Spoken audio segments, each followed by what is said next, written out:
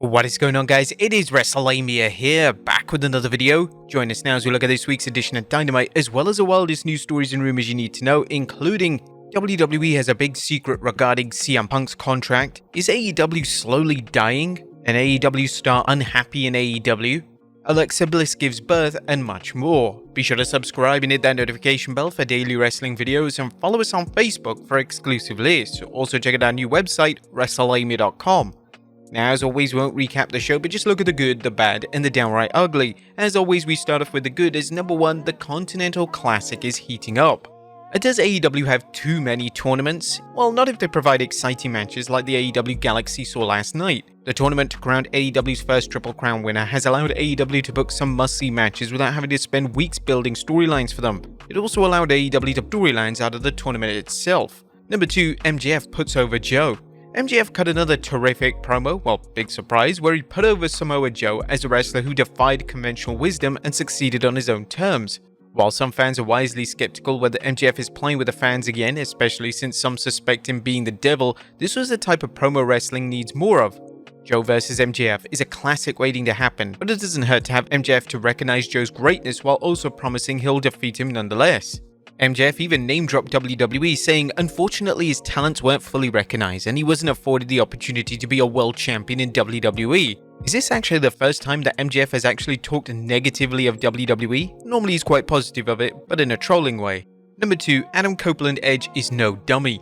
The rated R superstar is many things, a wrestling legend, a championship caliber athlete, and a master on the microphone, but one thing he is not is a dummy, as seen by how he's taken out Christian Cage's flunkies and how he dealt with Captain Charisma last night. Copeland saw through Cage's pitiful attempts to play on their friendship and avoided a sneak attack by Cage, kicking him south of the border and telling him to get ready to hand him the TNT Championship when they meet next week. Number 4, House Rules is good stipulation to enhance Julia Hart's title defenses. Is Julia Hart ready to be TBS champion? Well, that's a subject to debate, as while Hart is a rising star, the case can be made that she's not ready to hold championship gold in a company with a reputation for a weak women's division. Nonetheless, having Hart offer opponents a house rule, much as a House of Black teammates did when they defended the AEW Trios Championship, where they can dictate a stipulation to the match, is a good way to hide Hart's weaknesses in the ring. It's not going to completely cover her flaws, but it may be enough to elevate her with a championship reign as long as she improves in the ring. Number 5, AEW builds itself on history. Last night's segment with Ric Flair and Sting was a reminder that AEW isn't afraid to tap into wrestling's rich tapestry of various promotions. Unlike the WWE, AEW lets its wrestlers reference performers outside the company, such as when MJF name-dropped Cody Rhodes, CM Punk, and even the WWE itself. Having Ric Flair and Sting point out the significance where Sting's retirement match will take place, the Greensboro Coliseum, the venue where Sting and Flair had their legendary 45-minute draw at the first Clash of Champions, was a nice nod for long-time fans. Number 6, Trios Division heating up. It looks like AEW's Trios Division is heating up with some fresh teams making names for themselves. The return of Top Flight was good. Let's just hope Dante and Darius Martin can stay healthy as they team up with Action Andretti to defeat the Hardys and Brother Zay. Well, that was good. What about the bad? As number 1, Wardlow needs more than squash matches. Wardlow is a beast, and while it's excited to see AEW rehabilitating his image as a monster, it's time to put him in a program where he does more than squash opponents. If AEW doesn't do something significant with Wardlow soon, they'll be back to the same place they were when he defeated MJF at Double or Nothing and just fade into obscurity. There's nothing ugly as AEW's Continental Classic is giving AEW fans more reason to tune in, while Dynamite continues compelling storylines like Adam Copeland's feud with Christian Cage and MJF's rivalry with Samoa Joe. What did you guys think of Dynamite last night? Let us know in the comments down below. Now let's move on to the news.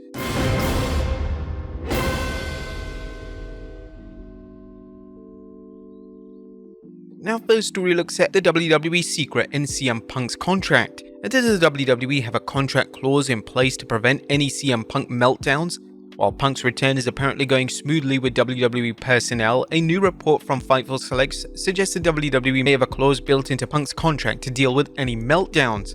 Those we heard from said he was on his best behavior as anticipated, and with good reason. Some in WWE were told by higher-ups that there is a behavior clause associated with his contract, which you've yet to confirm.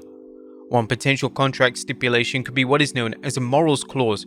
Morals clauses have been around for at least a century and have been used in sports, business, and entertainment industries. What exactly are they though? Well, according to the website Romano Law, a morals clause generally grants employers the exclusive right to end a contract in the event an employee engages in behavior that may be harmful to the employer's image. Morals clauses are commonly found in employment agreements between companies and high-level executives all throughout the entertainment industry in many different contexts. Given Punk's record at AEW, who could blame the WWE if they inserted such a clause into his contract? What do you guys think? Would it surprise you if WWE inserted a clause into Punk's contract for his meltdowns? Let us know in the comments down below. Next up is AEW Slowly Dying. Is AEW having problems selling tickets to its live events?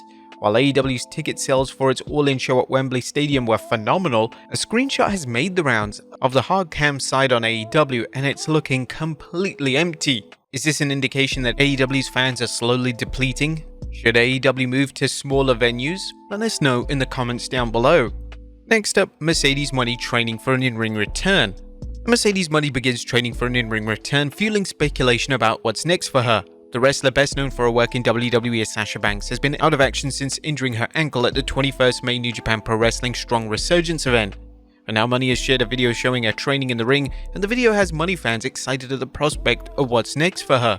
Now, there have been several rumors of Mercedes Money returning to WWE as Sasha Banks, but there are several questions that remain unanswered. However, how much longer is Money signed with New Japan Pro Wrestling for? Is she still interested in working in AEW? And does she have any interest in ever returning to WWE after walking out of the company in 2022?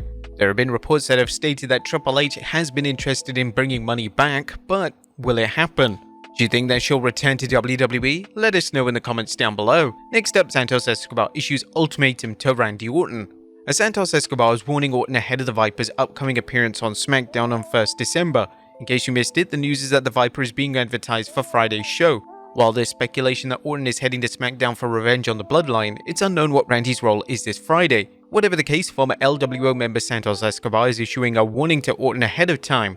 Santos, who recently turned heel by attacking Rey Mysterio, knocking him out of action, appeared on the WWE's Bump. Escobar warned Orton, "I just heard that Randy's going to show up on SmackDown this Friday. Is that correct? Well, I hope he doesn't show up. I know he's a legend killer, but I just sent a legend away for good. I don't want to send him away too, so if he's watching this, I hope he doesn't show up." While Orton is riding high of the momentum of his return, Escobar is not one to take lightly. Santos seems obsessed with hurting opponents to build himself up, just as Orton made a name for himself as a legend killer early in his career. While an Orton and Escobar match would no doubt be exciting, it's probably better that the WWE keep the two apart. Neither Santos nor Orton should be losing matches right now, and it would be better just to have the two tease a confrontation rather than work about. But would you guys ever want to see Escobar versus Randy Orton? Let us know in the comments down below. Next up, WWE taking time with Jade Cargill. Is the WWE in any rush to debut Jade Cargill? You may recall in an earlier report where Triple H seemed to insinuate that Cargill didn't receive much training before entering the WWE. This led some fans and pundits to think that WWE is taking its time before putting Cargill in any matches. But now PW Insider's Mike Johnson is reporting Cargill is not usually there every day, but she's been spending 1 to 2 days a week there, and we're told that is the current plan going forward. There's no official date for her coming up to the main roster or even appearing regularly on WWE NXT. What do you think of Jade's status in the WWE? Do you think the WWE might have buyer's remorse? When do you think she'll debut? Next up, AEW Star Unhappy in AEW. Is Dr. Britt Baker unhappy in AEW? While the former AEW Women's Champion is one of the promotion's top talents, she recently tweeted a sobering statistic regarding her presence on AEW TV. Tonight's AEW Dynamite, MJF live promo time 7 minutes, Christian Cage live promo time 10 minutes, all at 2023 AEW Dynamite, Britt Baker live promo time 0 minutes. While Baker has been dealing with nagging injuries, it's unclear why AEW hasn't capitalized on her popularity by having her cut promos on TV. What did you think of her tweet? Let us know in the comments down below. And finally, Alexa Bliss gives birth. Last but not least, congrats to Alexa Bliss and Ryan Cabrera, who recently announced the birth of their baby girl. This is just the latest baby news in the wrestling world. As reported by our website, Tay Mello and Sammy Guevara recently announced the birth of their first child. Not too long ago, the WWE's power couple Carmella and Corey Graves revealed the arrival of their first child. And now the wrestling world can add the name of Hendrix Rouge Cabrera to the list of potential WWE superstars. We send our congratulations and well wishes to Alexa and Ryan on the birth of their child. And there you have it, folks, the wildest news stories and rumors you need to know. Be sure to leave your comments down below, and I'll see you next time with some more wrestling content.